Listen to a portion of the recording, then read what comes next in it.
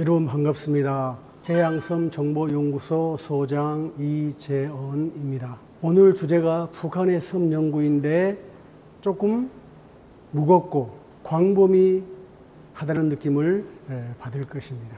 남한의 섬에 대해서도 잘 모르고 관심이 없는데 북한의 섬일까라고 의문을 가진 분들도 계시겠지만 이 강연을 통해서 남한의 섬뿐만 아니라 북한의 섬, 세계의 섬에 대해서 관심을 갖는 계기가 되었으면 좋겠습니다.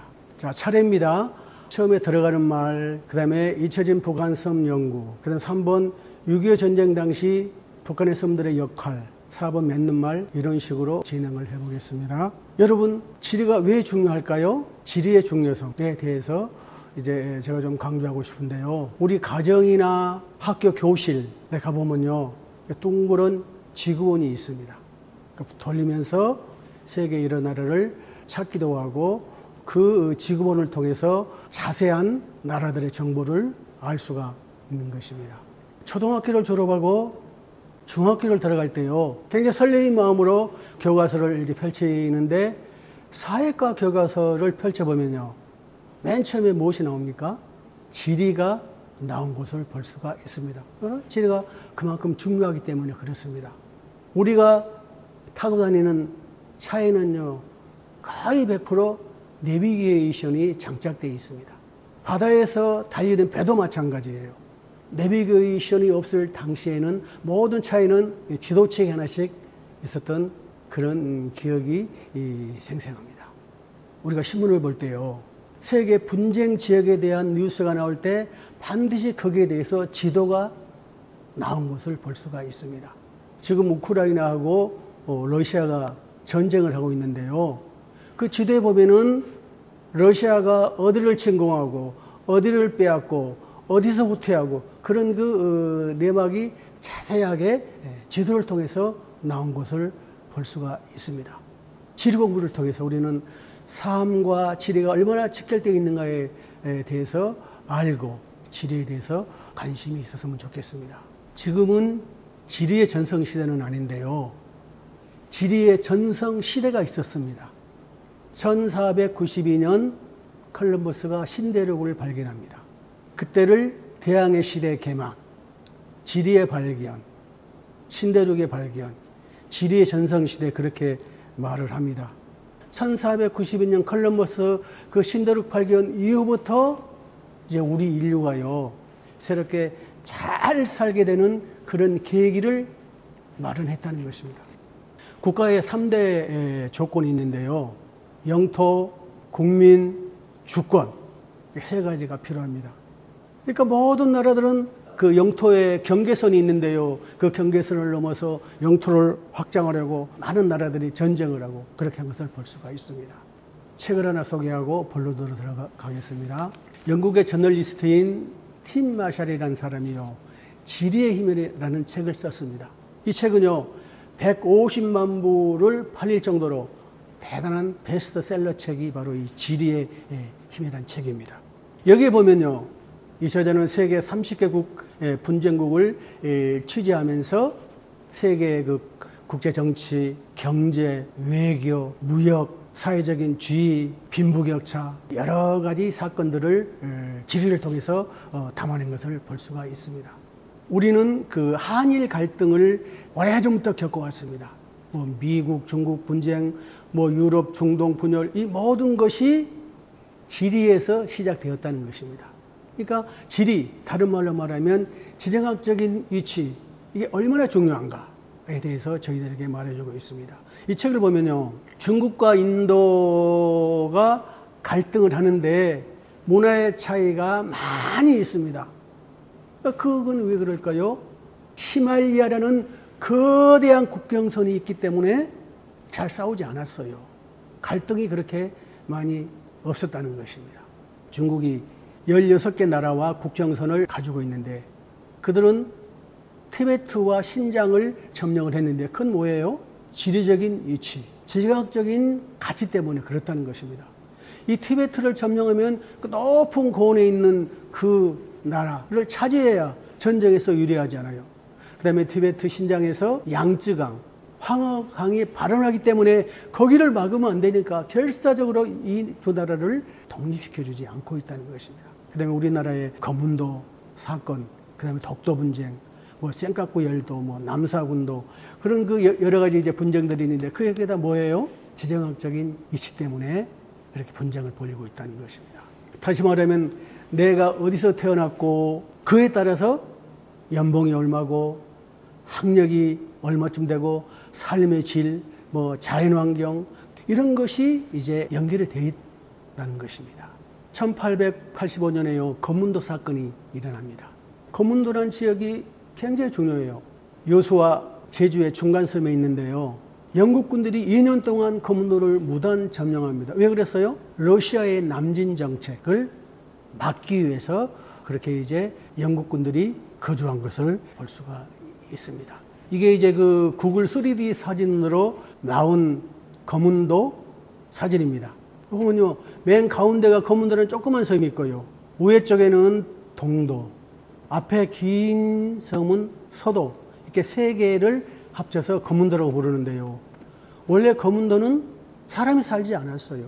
그런데 영국군이 2년 동안 무단 점령할 때 그때 일본 사람들이 여기다가 식당을 만들고 지금은 이 세 섬의 중심지가 된 것을 볼 수가 있습니다.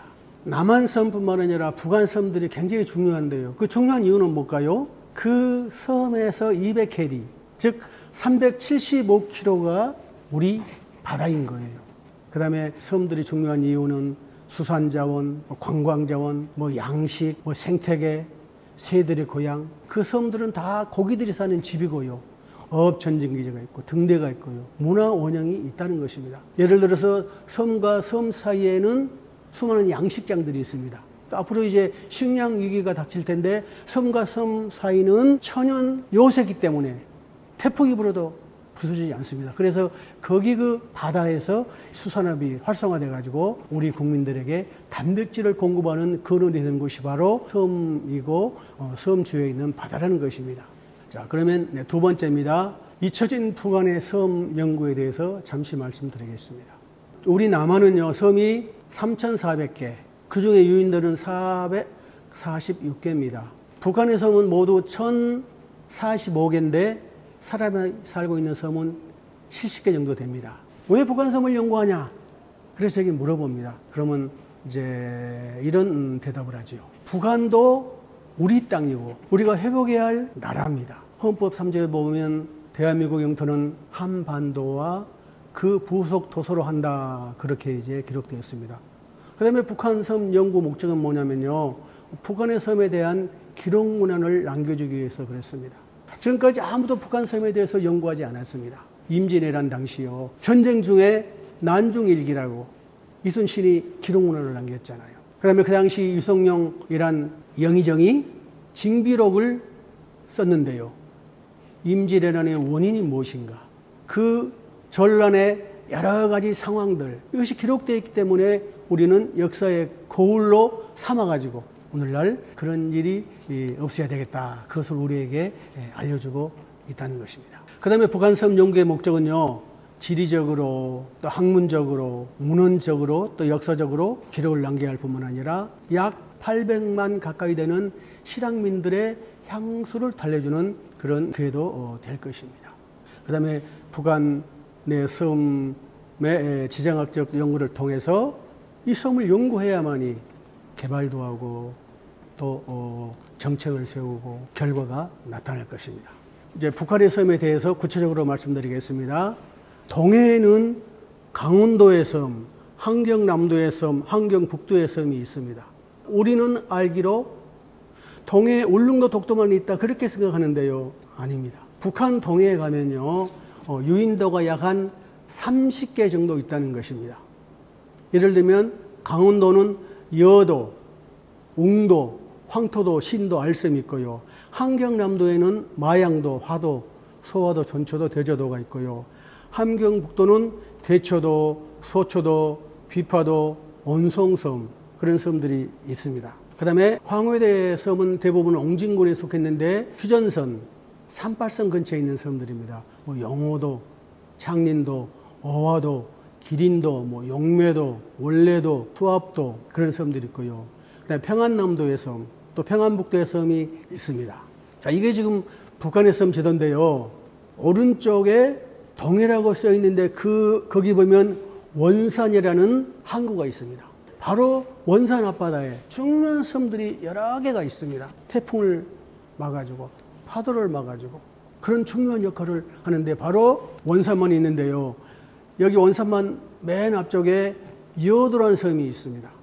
그리고 그 옆에가 이제 웅도가 있고요.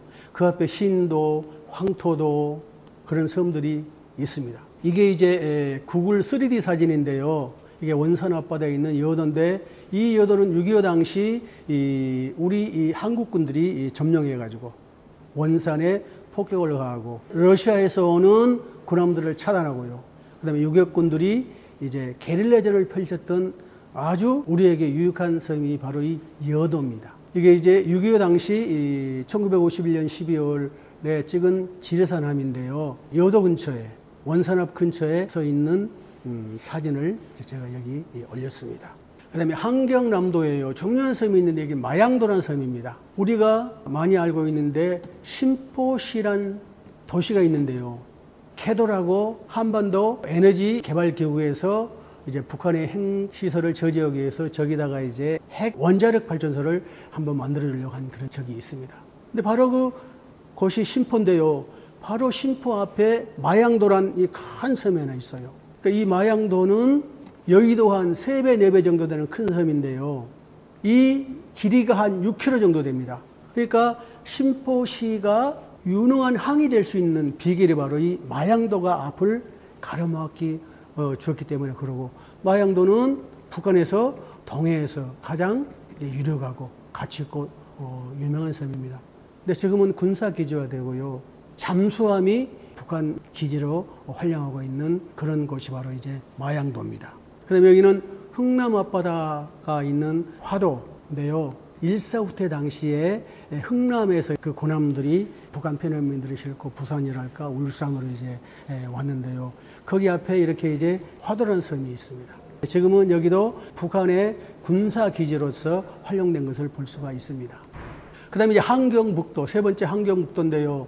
아는 사람들이 나진에 대해서 잘 알고 있는데요. 바로 중국과 러시아의 국경을 이루고 있는 곳이 나진입니다. 바로 나진 앞에 대처도, 소초도라는 섬이 있어요.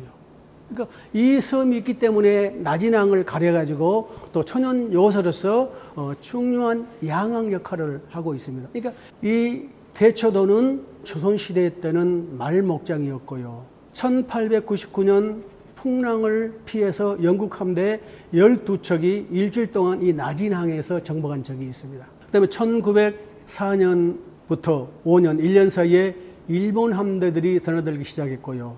그 다음에 1918년 일본군이 시베리아로 출병할 당시 함대 47척이 3개월 동안 나진항에 안전하게 정박한 그런 일이 있습니다. 대처도와 소초도가 천연 방파제가 되기 때문에 나진항이 유익하게 쓰임을 받는 것을 볼 수가 있습니다. 그 다음에 4번 황해남도 옹진군에 대해서 말씀드립니다. 옹진군이 두 개로 갈라졌는데요. 남한 옹진군이 있고 북한 옹진군이 있습니다.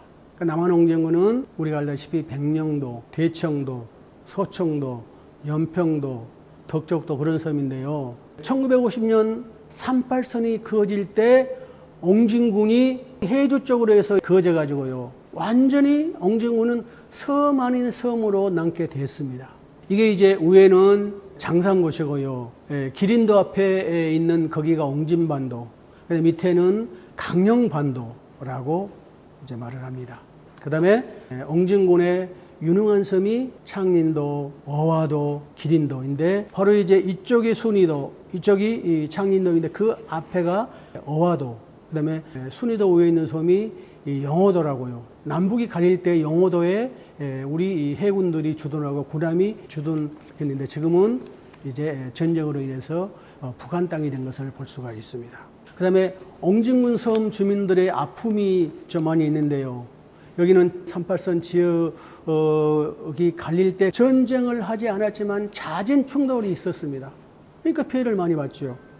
그리고 이제 6.25 전쟁 당시 남쪽으로 피난을 했는데 인천 상륙 작전으로 말미암아 이제 그 엉진군이 회복되니까 또 섬 주민들이 자기 고향에 들어간 거예요. 근데 다시 또 1951년 일사후퇴 당시 고향을 버리고 이제 남쪽에 와서 정착을 했는데 수많은 실향민들이 이제 몸만 가지고 나온 그런 그 아픔이 남아있는 곳입니다. 5번은 황해남도 섬입니다. 황해남도는 초도하고 속도가 있고요. 그 평양으로 들어가는 서해 관문이 있는데 굉장히 중요한 지역이라고 할 수가 있습니다. 이게 초도라는 섬인데요. 초도는 6.25 전쟁 당시 우리나라가 해군력과 공군력이 월등해가지고 거의 모든 중요한 섬들은 대한민국이 차지하고 있었습니다. 이 초도에는 미군들이 레이더 기지를 가지고 있었고 또 군인들이 이 섬에 주둔하면서 이 섬을 중심으로 서해에 있는 수많은 섬들을 관장하면서 후방에서 요격 전사들이 게릴라전을 벌였다는 것입니다. 게릴라전의 근거지 아주 중요한 섬이 초도입니다. 그 다음에 이제 마지막으로 평안북도 섬에 대해서 말씀드리겠습니다. 평안북도 섬들은요 굉장히 많은데 압록강 하구에 있는 섬들입니다. 평안북도 철산군에 있는 대화도라는 섬이 있는데요. 이 대화도는 초도 다음으로 중요한 섬인데요. 이 대화도를 기지로 해가지고 우리 유격군들이 이제 북한 땅 기슭에 들어가서 게릴라전을 벌였습니다. 이 섬이 너무 중요한 섬이니까요. 1951년 10월에 중공군들 1000명이요. 대화도를 기습해가지고 빼앗았어요. 그래가지고 그 이듬해 2월까지 점령한 그런 섬이 대화도입니다. 1952년 5월 1일 미군 조종사 알버트 신즈 대령이요. 이제 압록강 상공에서 중공 그 비행기와 공중주를 벌리다가 피격을 당해서 대화도로 극적으로 피신해가지고요. 여기서 37일간 숨어 있었다는 그런 기록이 있습니다. 그 다음에 이건 압록강 하구에 있는 섬인데 이게 어디냐면 하얗게 줄 그어진 섬이 비단섬입니다. 북한 쪽이 아니라 중공 쪽으로 완전히 가까이 이렇게 이 비단섬이 있는데 이 비단섬은 북한이 앞으로 이제 개발하고 농업을 장려하고 또 관광지로서 굉장히 앞으로 이제 유능하게 쓰임을 받게 될 것입니다. 그 다음에 3번 6.25 전쟁 당시 북한의 섬들의 역할에 대해서 말씀드리겠습니다. 6.25 당시 아까도 말씀드렸지만 한국군의 공군과 해군이 북한의 우위에 있었기 때문에 중요한 섬들은 거의 이제 유엔군들과 우리 대한민국 해병대 유격 전사들이 차지하고 있었습니다. 왜 유격 전사들의 활동이 중요한가? 그러니까 지금 남북한이 치열한 전쟁을 벌이고 있는데 후방에서 이렇게 게릴라전을 펼치니까요. 철도를 파괴하고 공장을 파괴하고 군대들의 위치를 파악해서 알려주면 폭격을 하고요. 이것을 하니까 북한군 일개 사단이 후방으로 빠질 수밖에 없는 것입니다. 그래서 이제 휴전을 앞당긴 것도 이제 유격 전사들의 그런 그 공헌이 아닌가 그렇게 학자들은 말을 하고 있습니다. 그 다음에 북한 섬들의 역할 중에 하나는 일사후퇴 당시 수많은 북한 주민들이 육로를 통해서 오면 못 오니까 섬으로 피난했다가 그 섬을 통해서 우리 남한 땅으로 넘은 것을 볼 수가 있습니다. 그런데 현재 북한의 대부분 섬들은 군사기지화 되어 있고요. 압록강 섬들, 두만강 섬들은 지금 관광지로 개발하는 것을 볼 수가 있습니다. 그 다음에 서해의 수많은 섬들은 간척을 통해서 농사와 염전으로 활용을 하고 있습니다. 자, 마지막 네 번째, 북한의 섬 연구의 결론입니다. 지금 우리가 이제 분단한 지 72년이 되었는데요. 이제 북한이 점점 좀 우리 그 기억 속에서 잊혀져 가고 있습니다. 안타까운 일이죠. 그래서 우리가 통일을 대비하고 동족의 동질성 회복을 위해서 북한 섬 연구가 필요한 것입니다. 제 마지막 바람이 하나 있는데요. 우리가 이번 기회를 통해서 국내외 지리, 한국섬, 북한섬, 세계섬, 땅에 대한 지정학적인 관찰, 그 땅에 대한 역사, 자연, 인문 환경들에 대해서 관심을 갖고 남북한 섬들이 사회 확산되고 또 남북한 섬을 연구하는 후학들이 많이 나왔으면 하는 마음으로 강연을 마치겠습니다. 감사합니다.